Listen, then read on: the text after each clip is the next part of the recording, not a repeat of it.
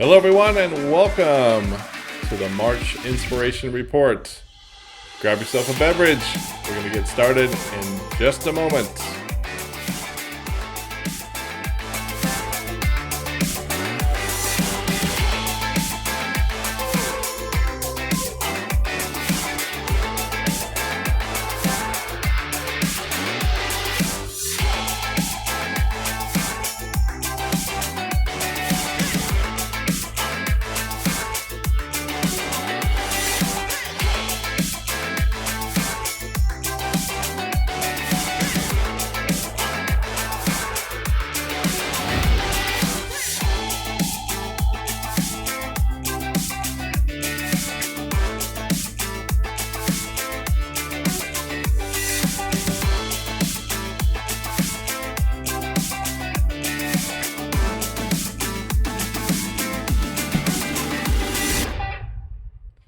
All right, welcome everybody to the March Inspiration Report. My name is Lee Kitchen, and I'm with my awesome hosts, Sean Brown, ladies and gentlemen. Woo! Hey, everybody.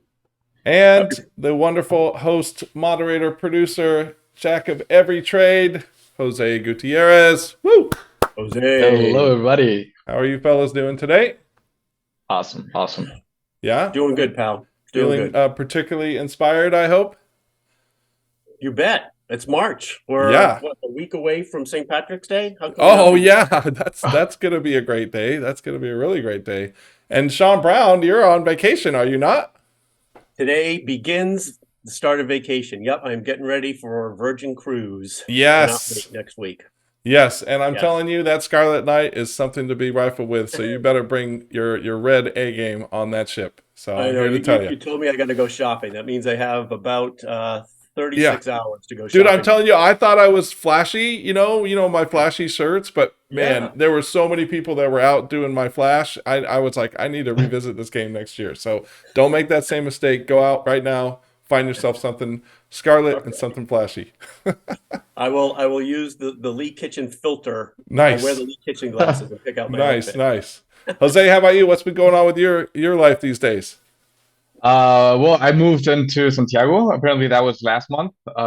It's been pretty hectic, but I love it. And it's fun to be in a new city, a big city, by the way. So nice. And hopefully you're still saving the world, still leading the sustainable cause. I am. Yes. Saving one turtle at a time. And nice. Doing my best. Well, we definitely appreciate that. All right, we are going to get rolling here. I'm going to go through a couple of slides. This is a little bit of inspiration in a box, which is our old title, but we love saying it because we want to help you see outside of your box. So welcome. It's Lee and Sean, and also our wonderful host, producer, moderator, Jose. We're so glad that you can join us today. Before we get started, we like to talk about just a few rules. We do this so we can bring you some freshness and bring you some fresh inspiration. So when you're thinking of ideas, you can take this content and mix it together with the ideas you're thinking of to make them great. But in order to do that, we need you to stay positive and open-minded.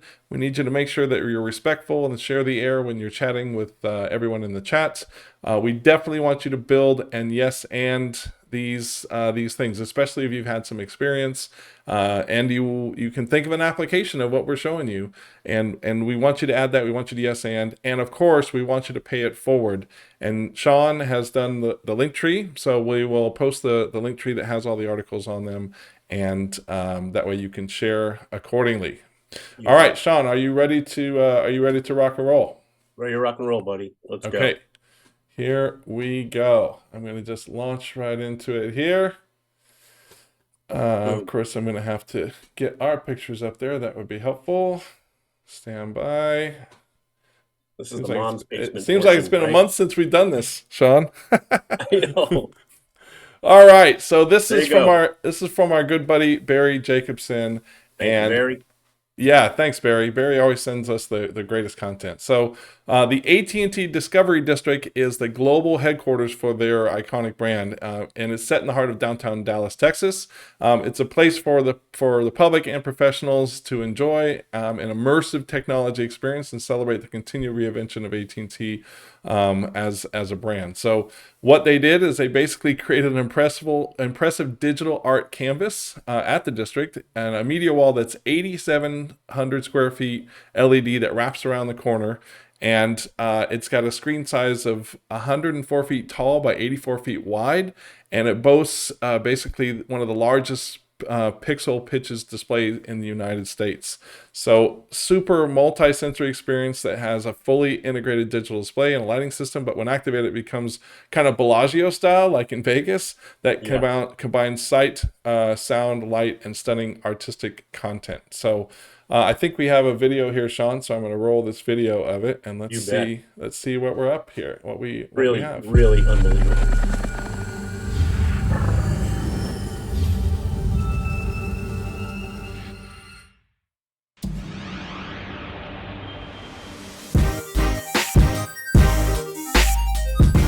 AT&T and global architecture firm Gensler enlisted Moment Factory's creative and technical teams to reimagine the AT&T Discovery District in downtown Dallas.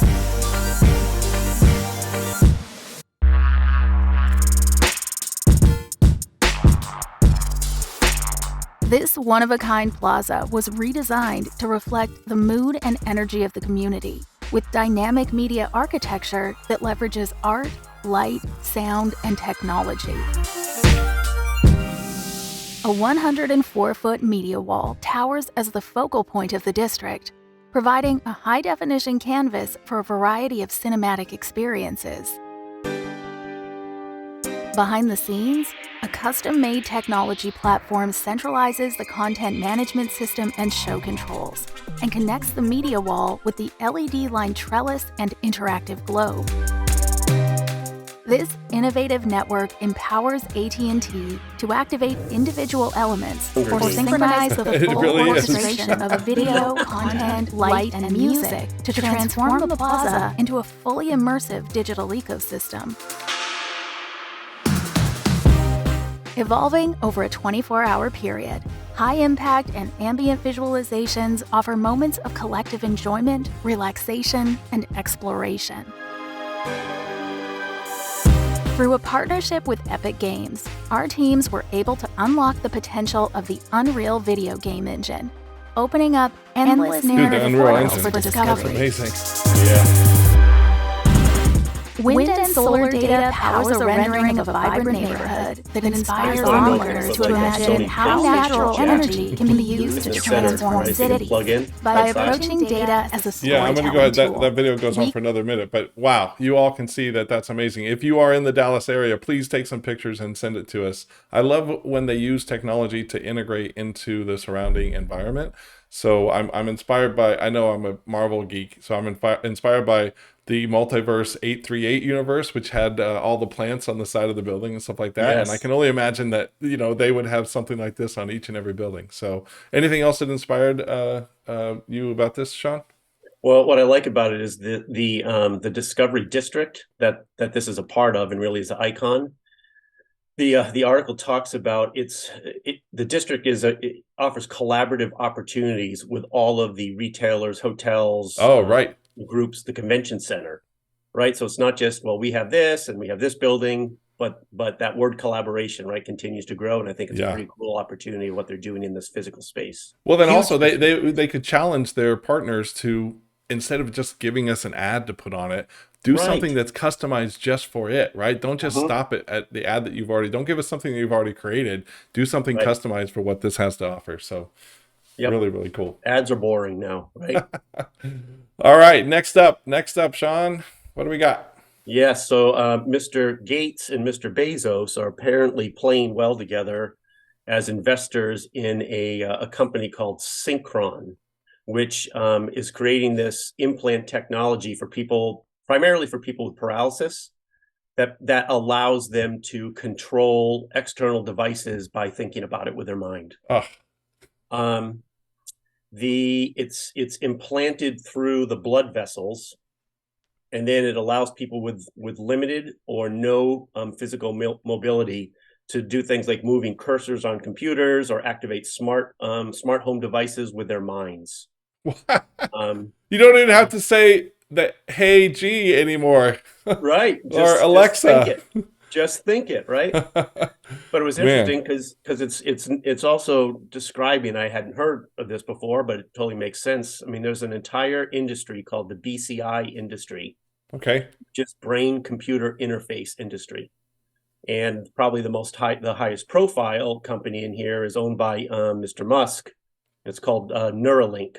That doesn't surprise me. Yes. But I mean, you think about it, and where technology continues to go now, and now start putting AI right into this, which is changing daily, it seems. The opportunities of tech helping people is really amazing. So, yeah, absolutely. Sorry, the thing that inspired me the most about this, Sean, is like closer to. I always thought that if I lost my speech and the ability to talk, I could, if I had a soundboard with like 80 different buttons on it, I could basically program like phrases from movies and Seinfeld's and Always Sunny in Philadelphia to respond to everybody and have a response for everything. But even better if I could just think it and it would play out, right? Yes. Yes, there you go. Right. Wow. Right. Hey guys. Yes. By the way, what I think is really interesting is the fact on how they're differentiating themselves from Neuralink, because what they're doing is basically it's not implanting something inside the brain, which is it's a place where it's not really like it doesn't like to be touched, basically. So having it through the bloodstream and the blood vessel allows to just do it a little bit slower, the communication, but it's less invasive. So I think like also thinking outside of the box here in terms of, okay, we need to get in touch with the brain. How do we do it without touching it? Right. And I just think it's great. Right. It's amazing. Super Things I could never figure out. Right? I can still make words by turning a calculator upside down, but that's about it. Right. All right. So our current head of sustainability here at the Inspiration Report is our good buddy Jose Gutierrez. So Jose, you have some good stuff to talk about today. Yes. Actually, so vinyl records are going green, and I mean literally green. So a sugar-based alternative to vinyls could help to decarbonize the music industry, as well as preventing toxic chemicals to be produced from plastic. This UK-based company called Evolution Music is creating records from bioplastic aimed to making it easy for labels and artists to stop using PVC plastic without altering the record pressing plant's existing machinery or production processes. So streamlining everything as well. The CEO of Evolution Music, Mac Carey, said, sonically and in terms of equalization, the music recorded on the bioplastic records is absolutely spot on. So if you are kind of like into the 70s and you like those noises in between songs, you're going to love this kind of bioplastic vinyls. And this is really interesting because the sales of vinyls records have been growing over the past decade, surpassing $1 billion sales yearly, while the production of this innovative bioplastic vinyl records is still reaching maturity. Its CEO claims that once a major recording artist or a band decides to use this instead of conventional vinyls, the industry will never be the same. Wow, super cool. I definitely, I'm actually, had a resurgence in record collecting. I've been wanting to collect records, so I'm going to definitely look into this for sure. And somebody has put in the chat from the Designer 2020, Jose, aka the Symbiotic. Is that your nickname? We didn't know it. Yeah. That's my sustainable alter ego. Nice. Shout out to Chance there. A change-making hero. Yeah. By the way, actually, something that is really interesting is if we talk about now contemporary artists, Taylor Swift. The latest album she launched it has a series of 4 vinyls, which are like they create a poster in the end. So if you think about it, once you start selling these records, you can create like something super sustainable, and like people just are gonna love them and buy them everything. Right. Amazing, super amazing. Well, thank you for that. Cool. Okay, Sean, any comments from the No, Gallery? but I'm just excited for you to talk about the next one because I specifically gave this to you. You are really great. Long distance relationship. Yes. So for those of you who don't know, my wife and I have basically been in the longest of long distance relationships. We're actually getting ready to celebrate our 2-year anniversary next week, wedding anniversary, but that means we've been together for roughly 6 years. And a good 75% of that has been long distance. And we could write a book at how to sustain a relationship in a long distance format. And this, Sean, this is like really great. I knew you put this in just for us too. So really great. So this is students at a university in China trying to promote a monogamous kissing between long distance couples by developing a contraption that mimics the gesture of kissing a partner's lips. It's a silicone device complete with a set of 3D lips. It's meant to imitate the pressure, movement, and heat of a partner's kiss. And it's being sold on the Chinese platform Taobao, costing 360 Chinese yen, or about $38. So you can get one set for a pair for $79. So this is like, I mean, I thought I've seen everything, Sean, but come on, this is really great. Let's watch this video about it here. Stand by. So this is Kiss Messenger, or Kissenger for short. With this device here has pressure sensors to measure the pressure from your lips. So you can experience the pressure of a simultaneous bidirectional snog. Yes, that's right, yes. But through the internet. That's amazing. You can be separated by thousands of kilometers and kiss each other. Jason, would you like to kiss me? Yes. Operating over the internet, in theory, Amy and I could be sharing our intimate moments on different sides of the world. I am ready for your smacking lips up on mine.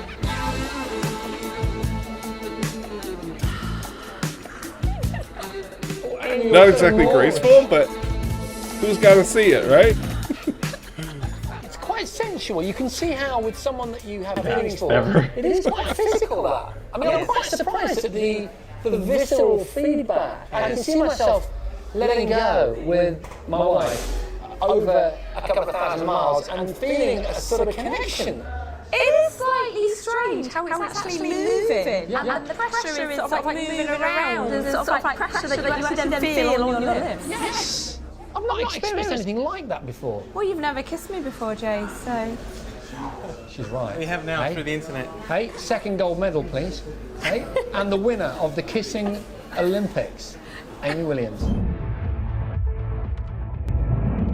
Yeah, goodness gracious. That is awesome. I again thought I have seen everything, but definitely haven't seen anything like that. So I have a question. Will the tongue be included, or is it an add-on that you have to I think subscribe that's like version 2.0, right?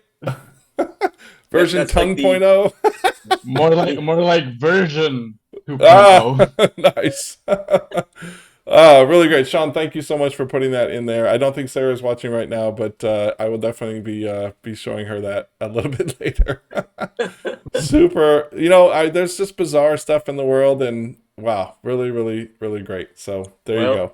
And regardless, it goes on to say that 100 pieces are being sold every month. So Wow, it's not a ton. I mean, it's but pretty good introductory price there. $40. There's Can't beat interest, it. right? And Next just so month you it's all gonna know, be Jake. 101. Yeah, exactly.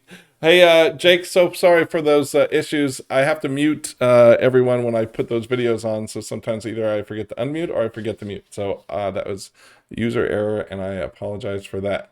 All right, next up, Sean, I believe this is you. Yep, changing it a bit.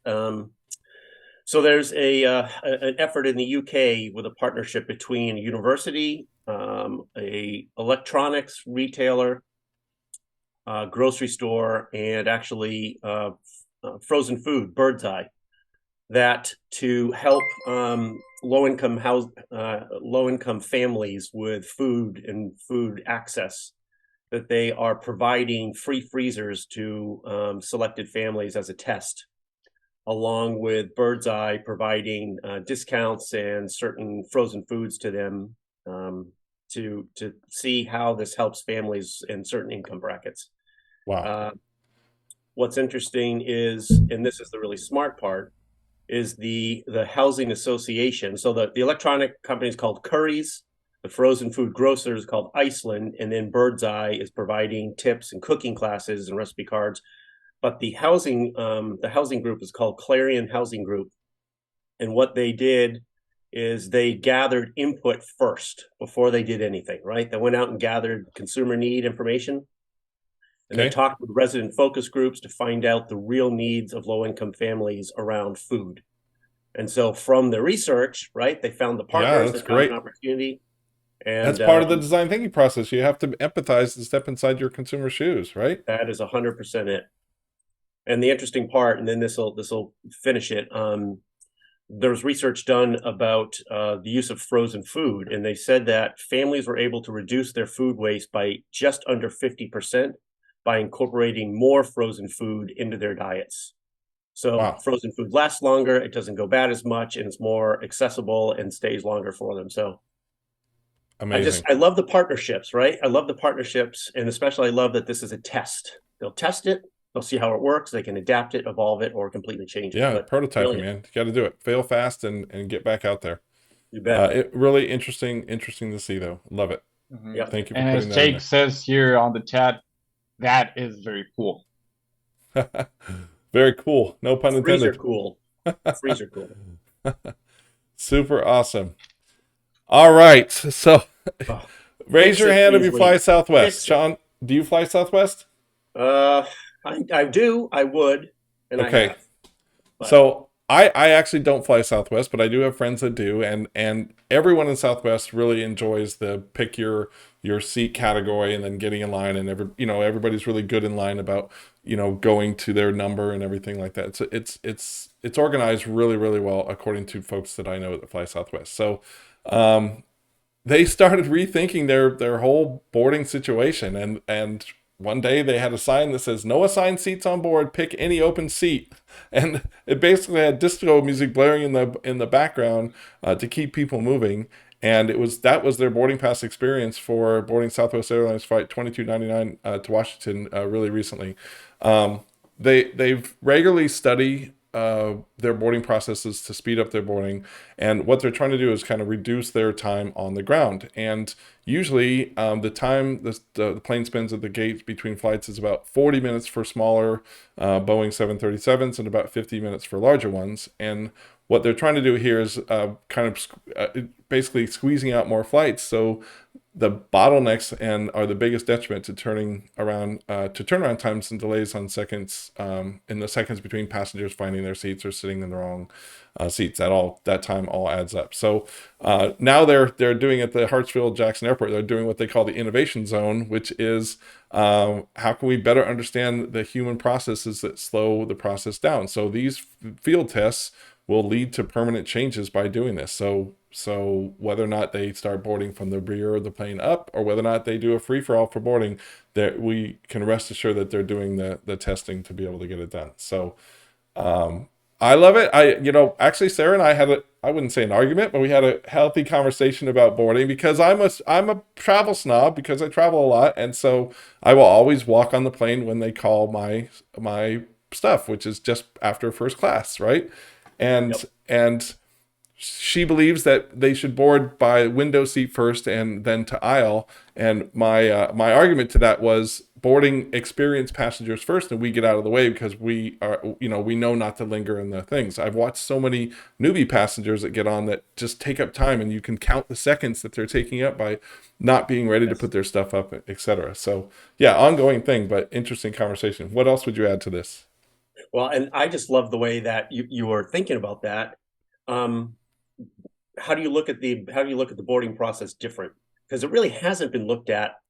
My God, I mean, decades, right? Yeah, it's such a miserable experience. I would love to read research, if they happen to do it, that literally just spends time asking people this question: why don't you sit at the airport and wait for your actual number to be called? Why do you get up and stand right in front of the door? I find that to be curious too, and right? it's the worst at an airport like Orlando, where Orlando is oversold all the time, so that there's so many people, it bottlenecks everything. It's really horrible.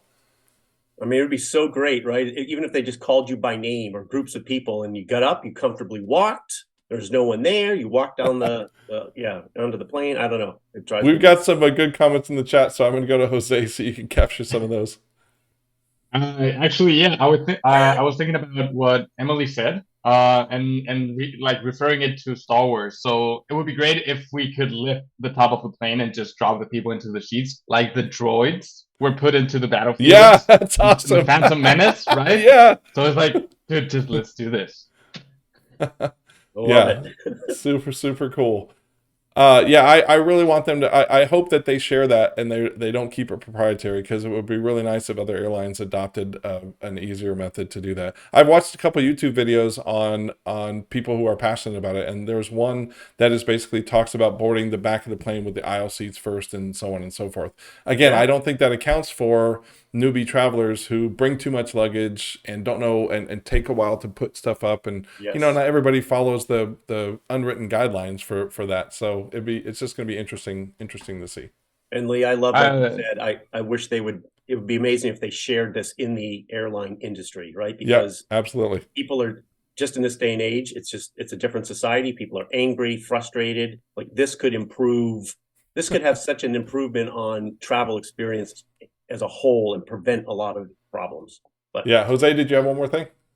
Yeah, I have two things actually. The first one is I agree with Sarah's point of view on having like windows and then aisles, because it's basically like using nature and like how chemical charges are put into like elements. If you see it like that, it's basically the way that Sarah is explaining how we should board it.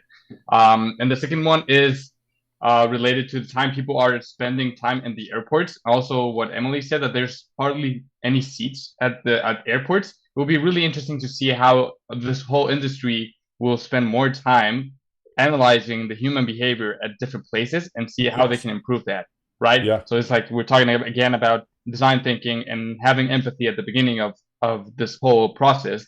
Just see what they're doing and how they're doing it in order to improve this. So I love what Southwest Airline is doing, and they're like pioneers in design thinking as well into the whole industry. So shout out for them, and let's do this. Yeah, I actually use them in a couple of my design thinking workshops, and talk about how they do things differently and how they constantly will update their stuff, and they don't leave well enough alone, and they're not always, if it's not broke, don't fix it. Brilliant. So really great. Yep, brilliant. All right, Sean Brown, keep going. Oh, I love this one. So this is inspired by a friend of ours, Val Rhodes, who works for Advent Health, was having a conversation with her recently. And this article came up from Washington Post. Basically, it's a great article, so please go into Linktree and read this one. It is a perfect example of design thinking in practice. But basically, hospital food sucked, or still sucks at many, right? Yeah. And the article starts off with this woman who was going to have scheduled for a C-section. And she spent all this time ahead of time scouting out the restaurants where her husband could go get something to eat, what was around the hospital. And the hospital that she happened to be at has been implementing this program of actual executive chefs preparing foods and great presentation. Wow! And she sent a picture. She posted a picture of their newborn son. And the first comment from a friend as they were FaceTiming, she didn't even ask about the baby. She saw the fruit plate. She said, "Where are you?" So you had a baby in a really popular restaurant. Yes. So millennial. So quick summary, two things here, right? A gentleman who it's part of, what's the hospital chain? I had it really quick. The Lenox Hill Hospital in New York. Sorry, I'm missing the hospital chain. They have 20 hospitals throughout New York. But they have an executive in charge of customer experience. And this person came from places like the Ritz-Carlton. So totally spinning around, what does it mean to be a hospital? What if they are guests and not patients in a way, right? It's really fun that we had this slide in here today, because we just so happen to have a hospital expert in the audience, my good friend Jake, who is all about improving the customer service at hospitals. So Jake, we hope you take this one and pay this forward, because we would love to see that fruit plate at our next stay. Yes. And it's Northwest Health, by the way, the nonprofit organization. Perfect. Thank you. That's awesome. The last thing here, right? This is all good and interesting and consumer experience, yada yada. But it makes perfect sense where hospital administrators were thinking, well, how can we talk about and preach proper diet when we're offering crappy food right. to people in the worst of conditions? So that also was a secondary and equal effect of consumer need, right? Yeah. So exactly. Really cool stuff. The hospital experience, like when Val and I were talking, I mean, it is ripe for blowing up. There is so much that could be done with the hospital experience. So anyway, absolutely. Love it. All right, next up, Jose, this is all you, buddy. Oh, yes. So, well, the ugly food deserves a happy ending too. If we count for the US, it wastes around 40% of its food, which is more than 4,400 pounds of food per person annually, and it's a total loss of $218 billion each year. In an attempt to rescue the ugliest, a Californian company called The Ugly Company, founded by Ben Moore, is on a mission to put a dent in the massive produce waste issues in farms in California's Central Valley. The region is responsible for 250 different crops valued at $17 billion annually. The vision of The Ugly Company was simple: find a way to process a portion of the millions of pounds of perfectly eatable, yet wasted fruit farmers have to toss annually due to a slight blemish or imperfection and turn it into a consumable snack. What before was dumped for farmers now has become a source of revenue and a smile for the planet, as countless pounds of cherries, peaches, white nectarines, apricots, and kiwis are being transformed into upcycled dried snacks. In case you're interested in to grab one of these healthy snacks, you can find them at REI and Whole Foods at around $5 or $6 for 4 ounces of a bag of salvaged dried fruit. And actually, here's a message for all you people who don't eat your dark bananas. Just do it. Make banana shakes. Have ice cream or banana also, bread. that's Whatever how you make like. banana bread. You let them get dark exactly. like that. Yes. Just enjoy good and ugly food. They deserve to be eaten as well. Emily says she loves this because maybe hospitals could serve the ugly fruit too. I mean, come on. Yes. Right. Absolutely. I agree with that. Really Such great. a strange thing, though, isn't it? I mean, totally human that we would avoid certain foods because they don't look the way they're supposed to look. Crazy. Yeah. I love this. And like Jake says, you can make banana daiquiris too in the hospitals. Hey. Yeah. Not to the nurses, but yes.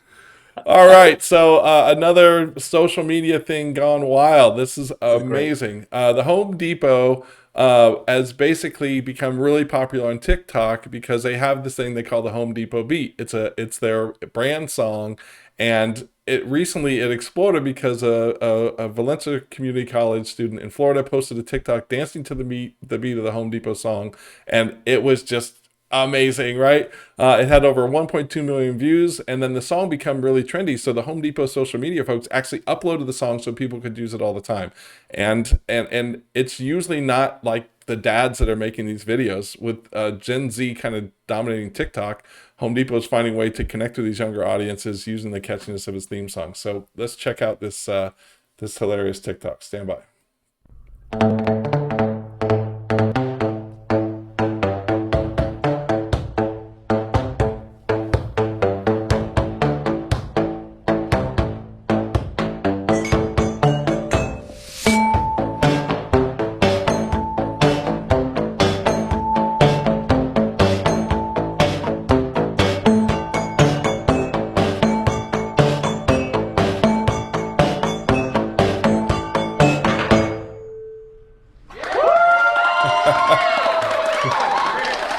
Reminds me of the old geometers at Epcot, pretty much. Yes. So totally. Super, super cool. Sean, thanks for putting that one in. Anything else you'd add to that one? I just find it interesting that it's a jingle that's been around for a very long time. So it's not like it was something recently created. And unpredictably, it just became popular, right? Yeah. New ways to use old things, right? Absolutely. Oh, yeah. Emily definitely likes Stomp. I miss Stomp. We had them at Epcot one year, too. That was really great. Yeah. All right, next up. Okay, so I love this. I do too, and you and I are creative guys, right? I'm gonna be frank. I don't quite understand it. Okay, so in 2008, the Svalbard Global Seed Vault Okay. was created and built to house over 1 million seed samples in case plant life on Earth came to an end. All right, 2008. Wow. So the Oreo cookie company, just this past year, decided to create the Oreo Cookie Apocalypse Vault. There are actual coordinates, which we can put in the chat in case anyone wants to go and look for it. Please FaceTime us and let us know when you find it. But they have stockpiled the Oreo recipe and large stockpiles of cookies. However, not sure that there is milk. But the I mean, you might as well freeze some milk. You can freeze it. It's so cold. You can freeze it. That's right. So the Oreo packs are wrapped in Mylar, which can withstand temperatures from -80 degrees to 300 degrees Fahrenheit. And the Mylar is impervious to chemical reactions, moisture, air, keeping the cookies fresh and protected for years to come. Put on your marketing hat, right? The campaign, they created 40 pieces of multiple platform social content. They had 4 million organic impressions, 324,000 video views, 178,000 engagements, yada, yada, yada. It's so funny. I'm sorry, but it totally reminds me of Zombieland when Homeboy was looking for a Twinkie. So if he had had a Twinkie vault, he could have found his Twinkies, right? Right, right. I love the creativity. Why not? Big PR, got a lot of attention for Oreo. Yeah, we actually, that's not our only doomsday content here. We have another doomsday content thing coming up here pretty soon. Yep. So yeah, super cool. Emily is wondering whether those are cookie crumbs on the ground. Yeah, that's what it looks like. Oreo crumbs around it or not? The picture makes it look like it. That's for sure. Yeah. Great stuff. We gotta read Jake's comment too. Freeze cow eggs, milk later. Yeah. There Genius. You go. Also harkening back to Interstellar. I'm sorry, all my references are media, but Interstellar, when they had Plan A and Plan B, and Plan B was a bunch of eggs that they were moving to another planet. So make sure to bring the Oreos when we move to the next planet too. You bet. Okay, when I saw this, I was like, this is so strange, but Elvis Francois devoured ketchup while at sea for almost a month, and now the brand is providing him a new ride for his total dedication. So they made contact with Elvis about buying him a new sailing vessel after it launched a social media campaign, which was called Find the Ketchup Boat Guy. The campaign has served as kind of a postscript of sorts to a survival saga that began in December when currents in the Caribbean swept Francois' sailboat away, and he made repairs to it off the island of St. Martin in the Netherlands Antilles, where he lives. So he basically survived on a bottle of Heinz ketchup, garlic powder, and cubes of the Maggi brand of soup, and rainwater, which he collected with a cloth. He also scrawled the word help in English on the boat's hull. It doesn't say we use the ketchup for that, though. Interesting. He spent a total of 24 days adrift before a container ship rescued him after a plane spotted a reflection from a mirror on the water. He abandoned his sailboat at sea after the container ship picked him up, and after Heinz realized that he survived with the help of 3 daily doses of the ketchup, the company sought to track him down and give him a whole new boat. So Francois now has a whole new boat thanks to the Heinz company. The Find the Ketchup Boat campaign reached 5 million users and garnered more than 4,000 likes, and a record for Heinz, said the company. So super cool. The fact that he survived, it was the coolest part, but on Heinz ketchup was like amazing. So glad that all worked out. Yeah. Opportunity everywhere, right? Yeah. And here in beautiful Leamington, Ontario, which is the tomato capital of Canada, we are behind a former Heinz ketchup manufacturing facility, and it still has the stack that says Heinz on it. And I went and checked it out the other day because I took a picture for my friend Heinz in South Africa. So we have a little bit of Heinz here in Ketchupville. Awesome. Guys, Jake is asking what's the name of the new boat. Sean, I think you have one for it, right? I do. I have named it text me, let's catch up. Ah.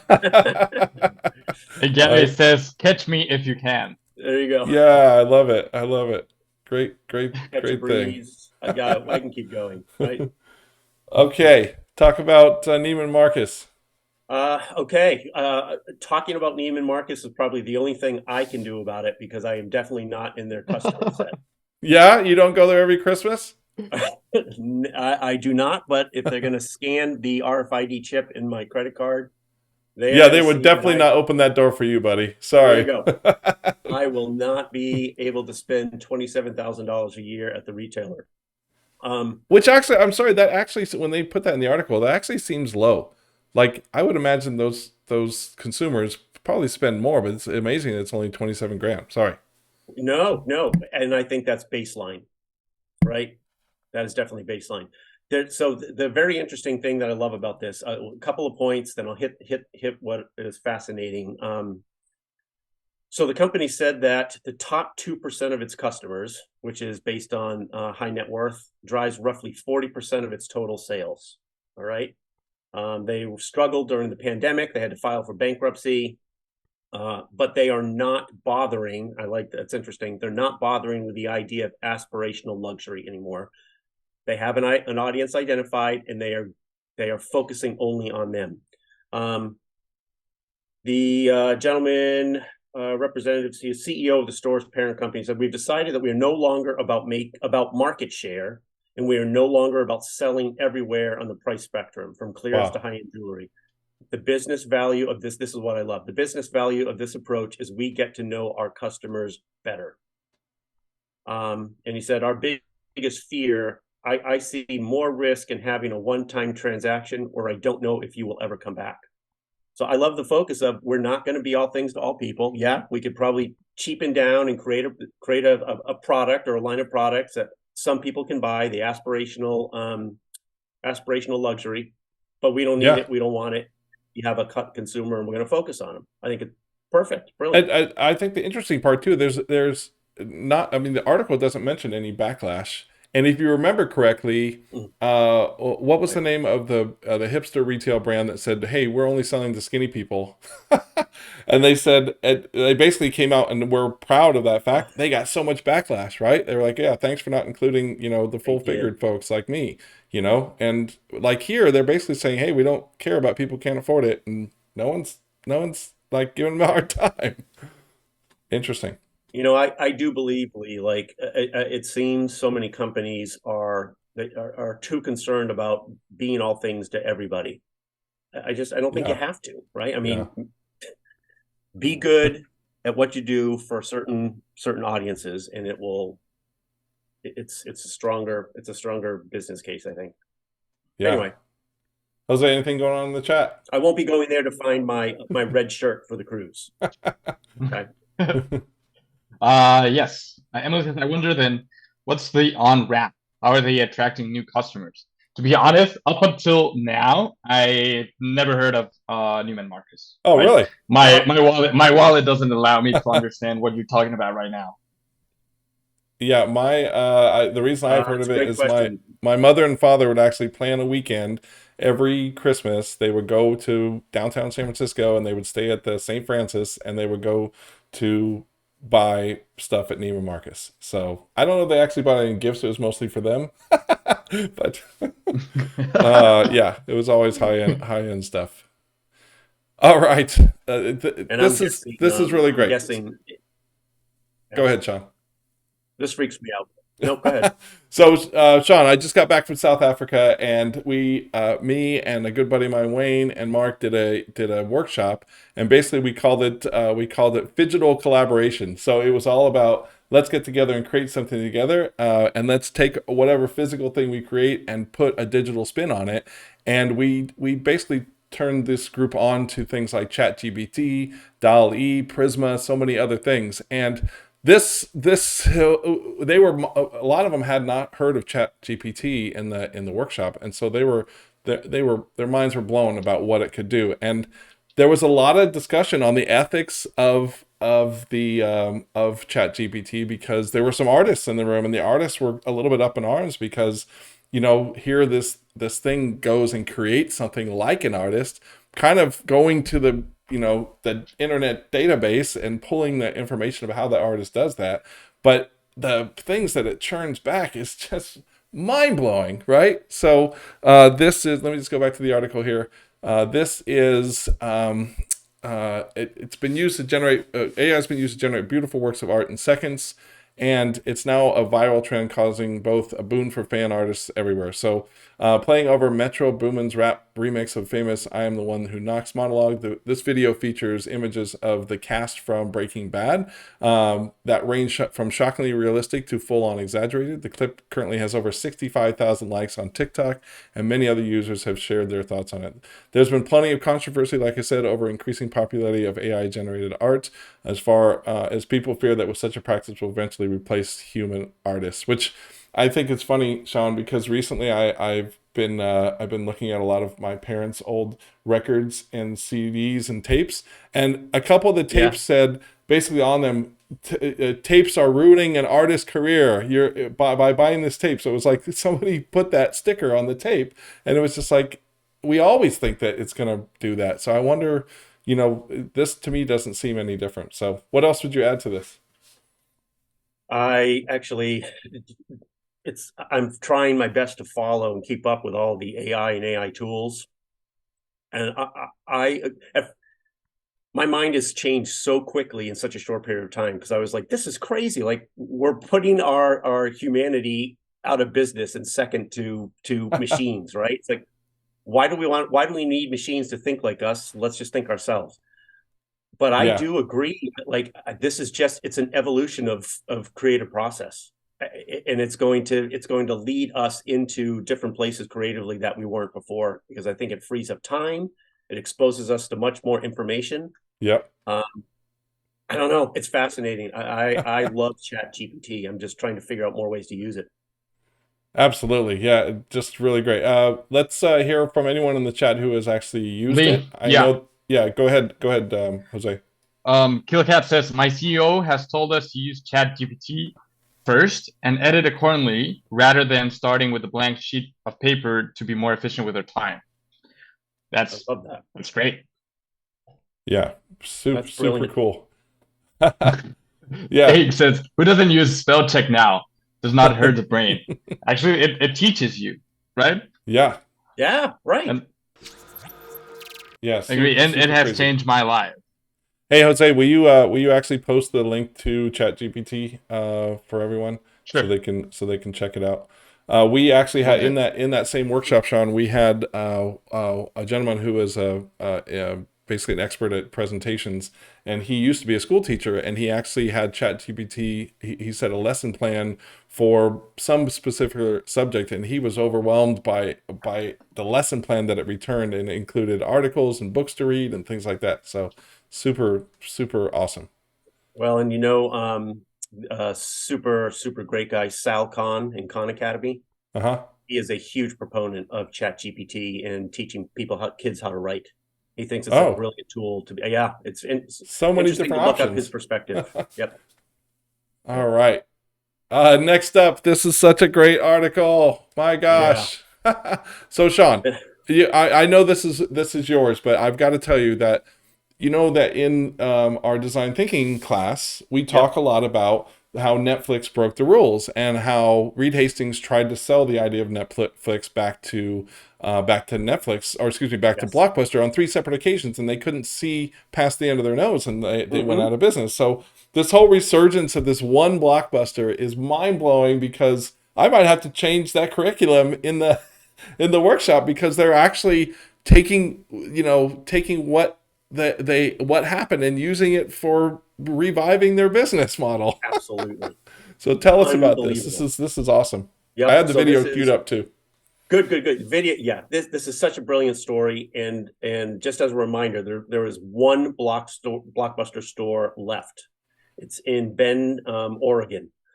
And the start of the article I have to read, I was laughing. So it said, if you're old enough to remember being chastened to be kind and rewind, please continue reading. If not, go back to skateboarding or eating Tide Pods or whatever it is young people under 40 do for fun these days. I'm out. Yeah, there you go. Eat your Tide Pods. So the one location, they brilliant line with a limited budget but a limitless imagination.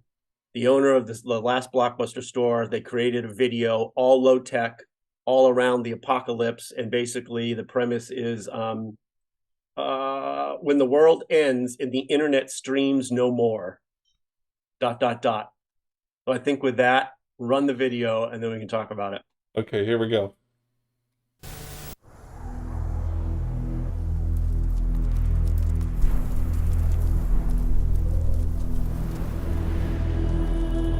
When the world ends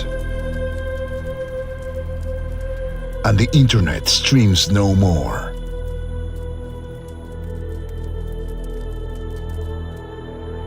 we'll still be here. Hey, Steve.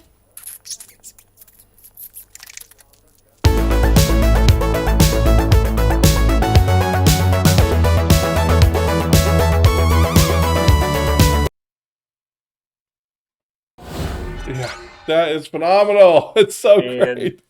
Fantastic. I'm telling you, you know, I'm not getting rid of my media. I'm sorry. And yes, you can call me old school and don't call me a boomer because I'm a Gen X, but I sometimes I have Starlink internet at my Florida home, and sometimes the bandwidth isn't enough for 4K. So I've got my 4K Blu-ray player and I've got my surround sound, and uncompressed 4K movies sound distinctly better than my streaming movies. Now, I don't really have good hearing that I can hear it that much better, but it's a feeling, it's a construct I've created in my head, and it works.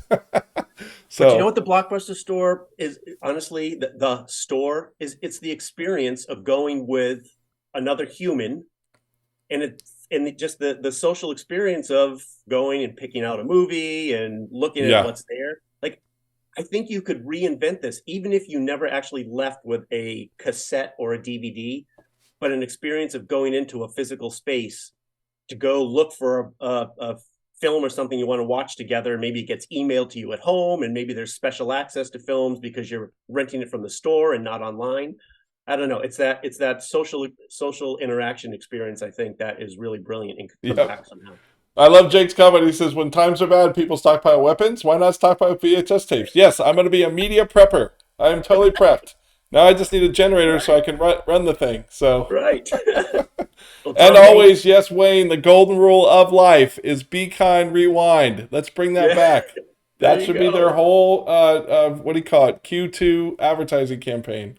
Oh, guys, Emily has a great idea. Maybe you could watch movies in the store, like in a karaoke pod. Oh, yeah, nice. That is amazing. Yeah, and then you can have the microphones and recite all the lines at the same time. Oh, come on. That's it. Somebody needs to take that idea. Cocktails, food. That's a great idea. All right. Shaw, that video. Let's talk a little bit about this tiny robot, fairy robot. So this is from Liz. Thank you so much, Liz, for sending us really great stuff. In the future, millions of artificial dandelion seeds carrying pollen could be dispersed freely by natural winds and then steered by light towards specific areas with trees and flowers awaiting pollination. Our friends in China have tackled this first with a project called Fairy, which is called Flying Arrow Robots based on light responsive materials assembly. They have developed a polymer assembly robot that flies by wind and is controlled by light, which is light enough to be carried by the winds, and the robot could be a game changer for almonds, apples, and other flowers in the place of declining pollinator populations. Amazing. I'm also going back to Marvel on this one with Wakanda Forever and them actually printing a new heart-shaped herb. You know, like why not? If we're going to survive here, we got to be creative. So, well done. We're getting creative for sure, right? Brilliant. Yeah, super, super cool. Okay, we've got our last one here. We're just getting up to time here, and this is, hey, everybody's going to quit on me. I'm doing it anyway. Tell us about it, Sean. I love this story. So, a high school cheerleader was going to the state championships in Nebraska. Katrina, K-O-H-E-L, Katrina Cole. She was a senior. And in a week and a half before the state championships, the rest of the team quit for personal reasons. And she talked with her coach, and she said, I'm going to go by myself. I will go and do it by myself. And she was quoted, and I love this. It's very moving. I think it's brilliant. Katrina said, "Quote: They're gonna support me and cheer me on. Even if I mess this whole thing up, I will be okay. I'm doing this by myself, and no matter what, it's going to be okay." And she went out in what is a team sport, and she did a modified 3.5 minute, I think, cheer routine by herself. Wow. Like really showing everybody. That's so great. Like if I was Harvard in any Ivy school, I would be giving her a scholarship to come. Oh, absolutely. Like college. Instantaneously fighting over that. So really, really great. Her words should be a mantra from now on. Yes. Definitely. Yep. Totally. I only skimmed over that article, Sean, and I didn't see the part that they had other reasons for canceling. I thought they were just canceling because they didn't want to go or something like that. But I mean, the fact that she stuck to it is just it's a lesson for us all. So, and the fact that it wasn't, their car broke down, I'm here, I'll represent. Like it was she was left by herself a week and a half before, and very easy to back out, and she didn't. She said, I'm gonna do it. I love the fact that you always end this with a feel good something. So thanks so much for doing that, and thank you all for joining us this month. We are always excited to do this. We all hope that you are inspired. We posted the link tree a couple times. Jose will post it one more time again. Please share this, pay it forward. Think about the next project you're working on. What can you include from what you saw today? And fellas, thank you so much for another great show. Thanks, boys. Yep, it was terrific. Appreciate it. Really, really awesome. And we will see you all. When is our next show? On the 7th. The 7th. So we will see you all then. Until then, see you later, all. Happy St. Patrick's Day. Yes. Bye-bye. Bye-bye, y'all. Stay safe.